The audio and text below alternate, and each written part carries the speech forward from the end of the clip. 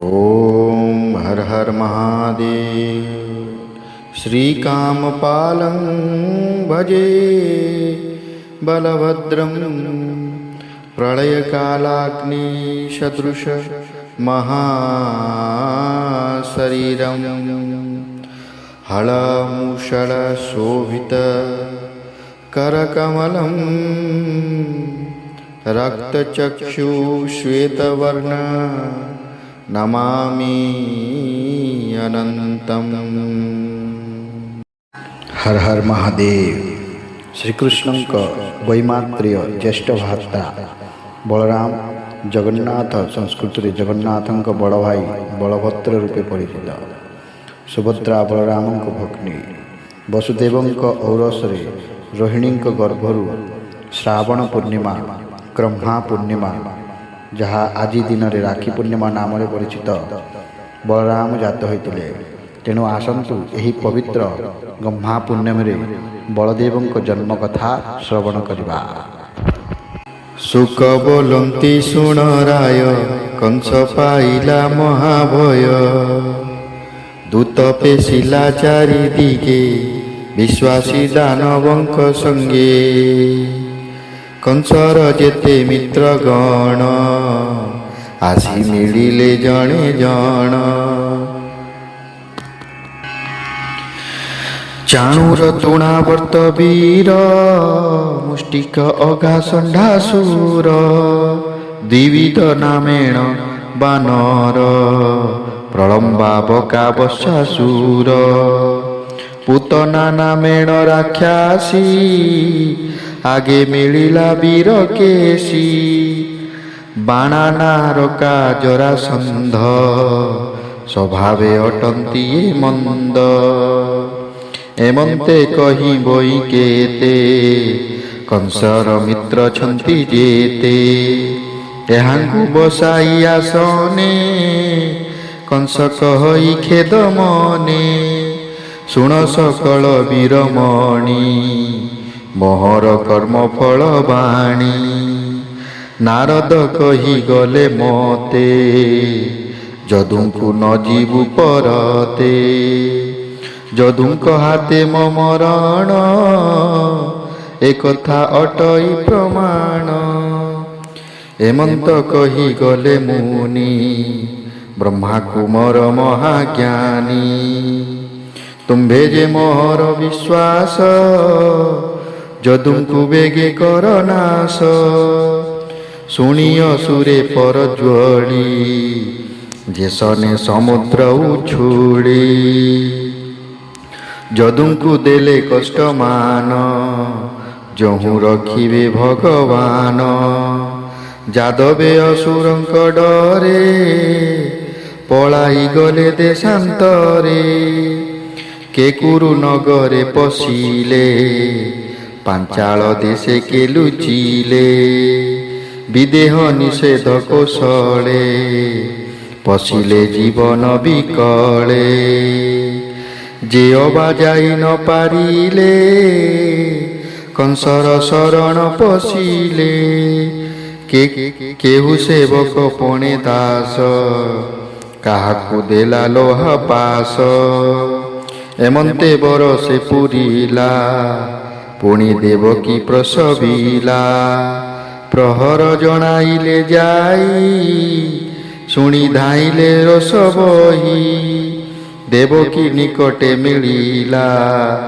कलु बालक उछोड़िला बेनी चरण धरी करे बुलाई पिटिला शिलारे एमंते बरसे बरस छपुत्र कला कंस नाश दक्षिण देवकी विकले दया सागर आदि मूल अनंत रूप धरी हरि देवकी गर्भे विजे करी ए रूपे अनंत प्रकाश गर्भे होइले अष्ट मास देवकी निज देह चाही विकले निश्वास छाड़ई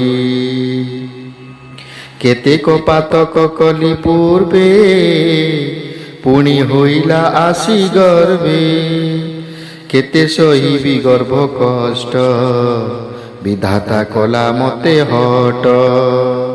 ଗର୍ଭେ 10 ମାସ, କୋଳେ ଧରିତେ ନାହିଁ ଆସ। ଏମନ୍ତ ବିଚାରି ବିକଳ, ନୟନୁ ବହେ ଅଶ୍ରୁ ଜଳ। ଦାସ ବତ୍ସଳ ଭଗବାନ, ଜାଣିଲେ ଦେବକୀର ମନ। ଦୁର୍ଗାଙ୍କୁ ନିକଟେ ବସାଇ, ବୋଲନ୍ତି ପ୍ରଭୁ ଭାବଗ୍ରାହୀ। ଅମ୍ବିକା ଶୁଣ ମୋ ଉତ୍ତର, ବହନ ଯାଅ ମଞ୍ଚପୁର। ମଥୁରା କଂସ ବନ୍ଦୀ ଘରେ, ମିଳିବୁ ପ୍ରଥମ ପ୍ରହରେ। ବନ୍ଦୀ କରିଛି କଂସରାଏ, ଏ ସାଙ୍କଳିବେନି ପ୍ରାଏ। ବସୁଦେବଙ୍କୁ ଯେତେବେଳେ, ଧରି ଆଣିଲା କଂସ ବଳେ। ତାହାର ପତ୍ନୀ ନନ୍ଦ ଘରେ, ଯାଇ ଲୁଚିଲା କଂସ ଡରେ। ରୋହିଣୀ ନାମ ବିଦ୍ୟମାନ, ତାହାର ଗର୍ଭ ଅଛି ଶୂନ୍ୟ। ଦେବକୀ ଦେବୀ ନିଦ୍ରା କାଳେ, ଗର୍ଭ ହରିବୁ ଜଗ ବଳେ। ମିଳିବୁ ନନ୍ଦ ଘରେ ଯାଇ, ରୋହିଣୀ ଗର୍ଭେ ତାହା ଥୋଇ।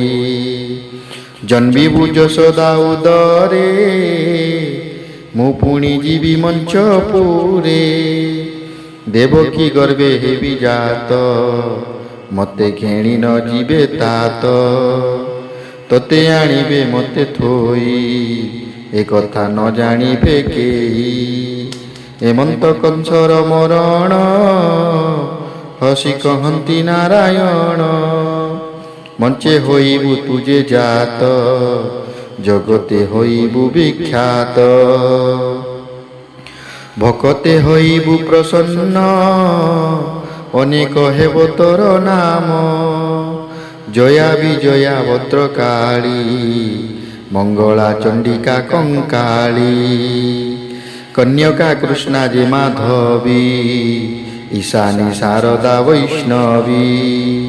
ଦୁର୍ଗା ଅମ୍ବିକା ନାରାୟଣୀ, ଏକୁ ଅନେକ ନମ ଭଣୀ। ଗ୍ରାମ ଗ୍ରାମ କେ କରି ସ୍ଥାନ, ପୂଜନ୍ତେ ହୋଇବୁ ପ୍ରସନ୍ନ। ଅନେକ ନାମ ତ ଜଗତେ, ଅନ୍ତ ମୁଁ କରିବଇ କେତେ। ପୂଜା କରିବେ ସର୍ବସ୍ଥାନେ, ରାଜା ପରଜା ଭକ୍ତ ମାନେ।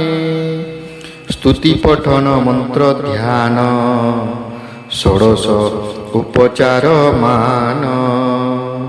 ଶୁଣି ବଚନ ଆଦି ମାତା, ଫେଡ଼ ଦେବକୀ ମନ ଚିନ୍ତା। ଦେବକୀ ଗର୍ଭ ତାଣିବୁ, ରୋହିଣୀ ଗର୍ଭେ ଥୋଇବୁ। ତାହାଙ୍କ ନାମ ସଂକର୍ଷଣ, ଲୋକେରେ ହେବେ ହୋଇବେ ପ୍ରମାଣ। ନାମ ହୋଇବ ବଳରାମ, ବଳେ ନହିବେ କେହି ସମ। ଶୁଣି ଆନନ୍ଦ ମନା ହୋଇ, ମଞ୍ଚେ ଚଳିରେ ମହାମାଇ।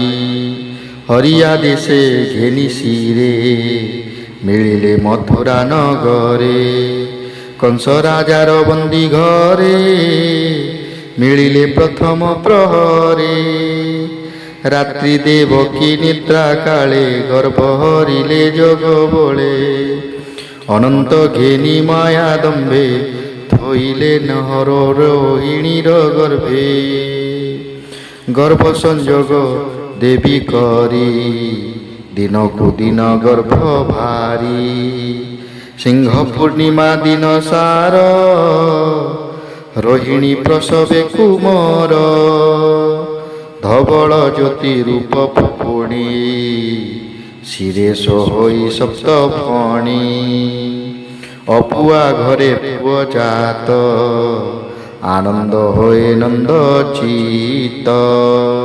बोलो बलदेव भगवान की जय, बोलो दाऊ दयाल की जय। बलरामଙ୍କ जन्म कथा श्रीमद्भागवत दशम स्कंद आधारित।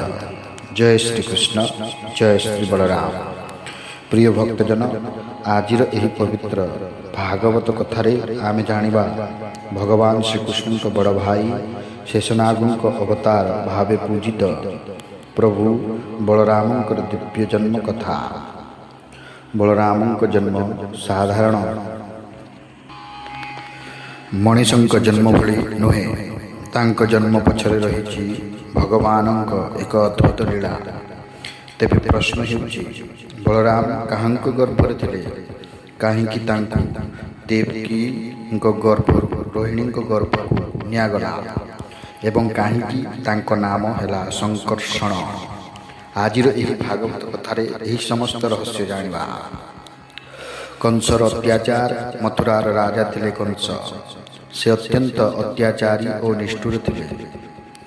ଦିନେ କଂସ ତାଙ୍କ ଭଉଣୀ ଦେବକୀଙ୍କ ବିବାହରେ ରଥ ଚଳାଇ ତାଙ୍କୁ ଶ୍ୱଶୁର ଘର ନେଉଥିଲେ।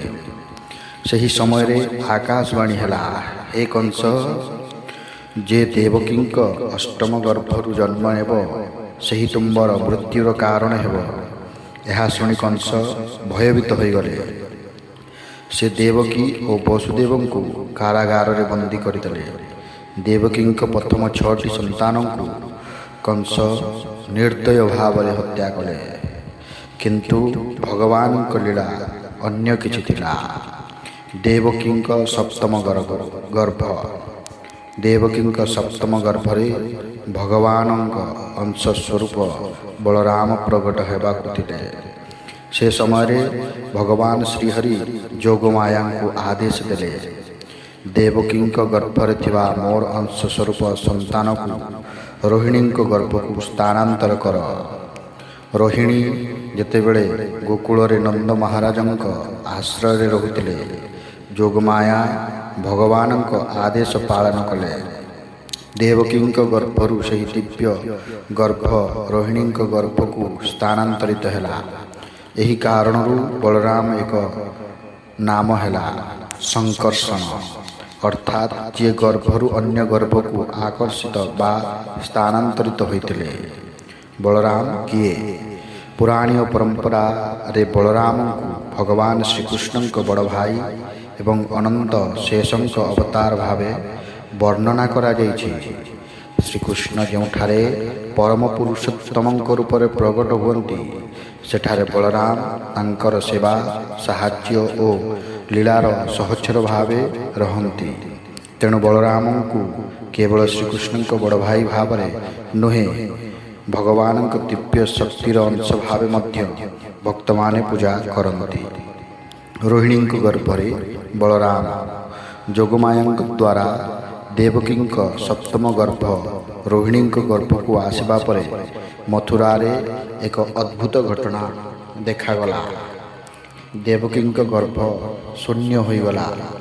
ଏହା ଦେଖି କଂସ ଭାବିଲେ ଯେ ଗର୍ଭଟି ବୋଧହୁଏ ନଷ୍ଟ ହୋଇଯାଇଛି। କିନ୍ତୁ ପ୍ରକୃତ ସତ୍ୟ କଂସ ଜାଣିପାରିଲେ ନାହିଁ।